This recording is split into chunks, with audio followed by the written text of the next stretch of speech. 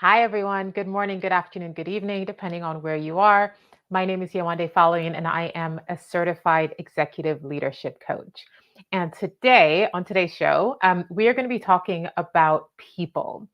I don't know what it is. I don't know if it's because the world is kind of opening up and now we are integrating more. Certainly in workplaces, people are going back to work. But one topic that constantly keeps coming up for me, both with clients as well as in sort of the various circles that I'm in, is dealing with difficult people, right? It seems like there are a lot more people who are sort of getting on our nerves at the moment. And so that's what today's show is all about. And I want to dive straight right in because what we're going to be talking about is really what happens when we're trying to interact with difficult people, what we do, and why that's not working. We're going to discuss a little bit what does work and hopefully get you to the end of the show, kind of going, all right, I know how to handle this a little bit more. Okay, cool. So, first things first, I always like to make this really practical. So, let's make sure that it applies to you. Think about the most difficult person that you've ever personally had the displeasure of working with, right? Now, think about a specific interaction that you had with them, one that really, really gets your blood boiling. What was it specifically about them that made your interaction so unpleasant? Like, really think about this, right? Because there must be something.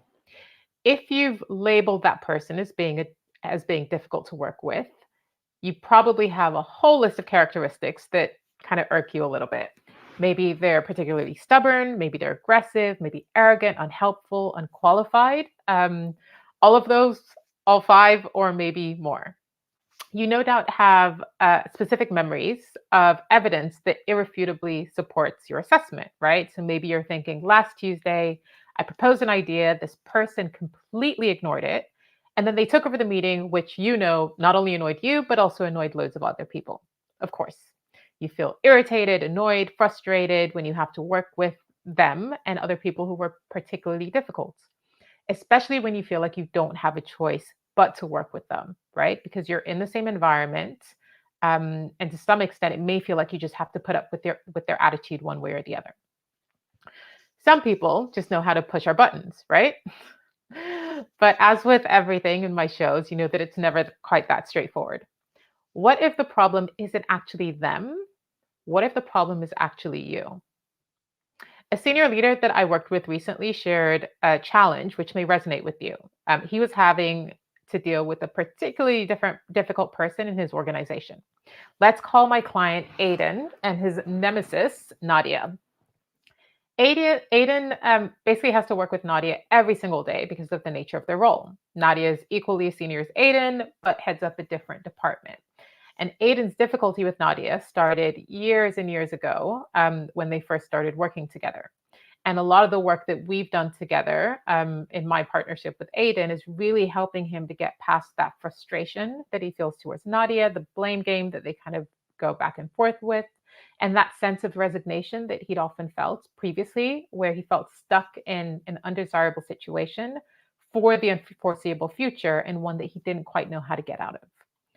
And what would happen previously is that it would lead Aiden to either avoid any interaction with Nadia, right? Some of us may have done that, or to fight back in a really unconstructive way that basically led to an argument, which then led to not actually achieving the thing that either he or she or the business wanted.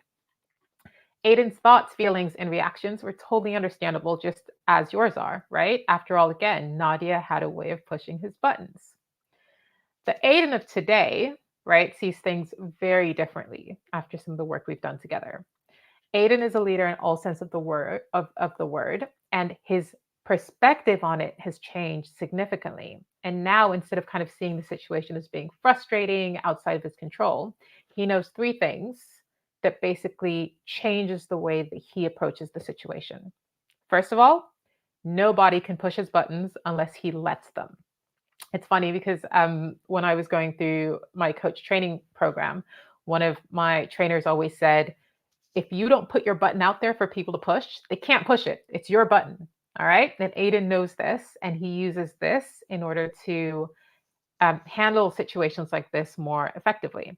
Second thing that Aiden knows, he cannot force anybody, not Nadia, not even his kids, to change. Right? You can't physically force anyone to change. However, he can strongly influence and shift their mindsets, their emotions, their behaviors by changing the way that he shows up because people respond to people. So if he can shift the way he's showing up, who he is, the way that he's behaving, then he can influence Nadia and other people in his organization using the right tools and techniques.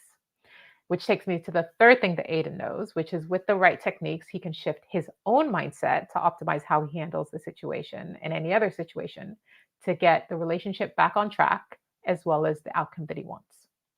So 12 months ago, Aiden and I may have spent a couple of months working through his frustrations. Now we're working through his processes, getting to clear actions within 30 minutes or an hour, right? Because an action that got him back on the right track with Nadia and back to where he does his best, most creative work really comes down to him shifting his mindset and the way that he's showing up. And that then creates exceptional impact for himself, for his clients, as well as his business. So learn from Aiden. If you've got a difficult colleague, maybe think it may not be them, it's actually you, because that's the piece that you can control.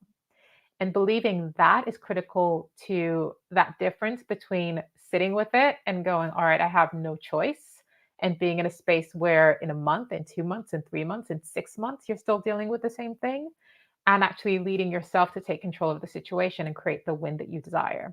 Because just like Aiden, no one can push your buttons unless you let them. Second, you cannot force anyone to change, but you can influence them by shifting their mindset, their emotions, and their behaviors by changing how you show up.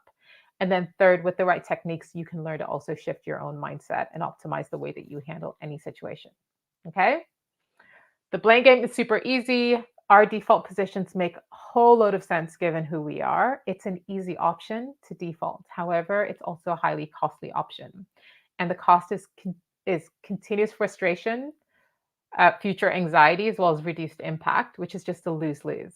So choose the win-win by recognizing that it isn't them, it's you, because that's what you have control over. And believing that gives you that control to create the win for yourself, for your clients, and for your business. All right. Thanks so much for watching the show this week. It was short, but hopefully very impactful one for you. I look forward to hearing how you get on with not dealing with difficult colleagues, but shifting your mindset, your behaviors, your emotions, so that you can be more effective with the way that you handle these situations. And if you're tired of defaulting to those highly costly, unconstructive blame game scenarios, and you're ready to finally take control and turn those difficult relationships into constructive, energizing ones, then let's chat. I'm always here. DM me with the words, it's me, or just DM me and say hi. And I'd be more than happy to share for you to learn more. All right. Take care. Stay safe, stay energized, and stay focused.